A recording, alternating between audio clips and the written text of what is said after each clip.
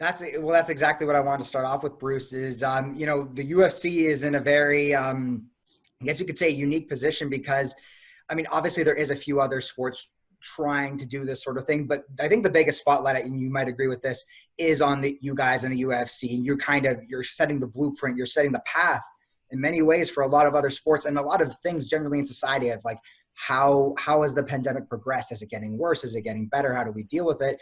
So can you give us like a little bit of a glance into sort of what the UFC is doing to protect you guys and the public at large? Well, everybody that came here had to be tested. We were antibody tested and we were nasal tested.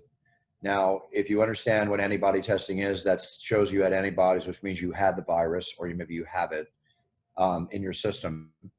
Therefore, you developed antibodies. The jury's still out on how many antibodies means you're immune, if you are immune to getting it again.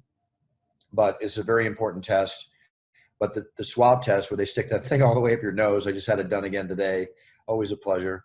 That will tell if you have the virus, if you're active. And as we all know, if you're a UFC fan, Jacare Souza tested positive along with two of his camp members. His relative tested positive before he got here. They kept him sequestered in his room. And I saw him from 25 feet waving at him and everything before I knew. And then he had it, and they immediately got him out of the hotel with his two people sequestered elsewhere.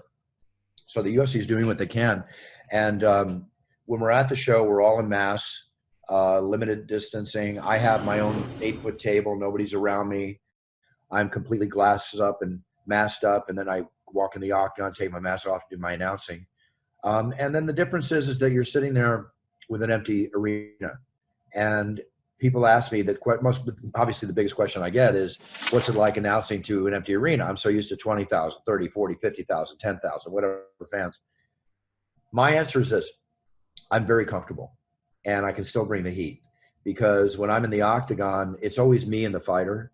I'm looking in the eye of the tiger, whether there's 50,000 or 20,000 in the audience. I'm looking at the fighter. It's me and him or her at that moment. And it's still me and him or her at that moment. So I'm still going to go in and do my job to enhance that fighter's moment and hopefully enhance the fans watching moment, watching on TV. And when I say for those in attendance and the millions watching around the world, you have to understand there are millions watching around the world, and there are some in attendance. There's still maybe 50, 60 people there. So it is true. For those in attendance, I got to get them excited too. And it's been going off without a hitch. It's been great. I'm very comfortable. I don't know how it looks to you, but it seems very comfortable to me.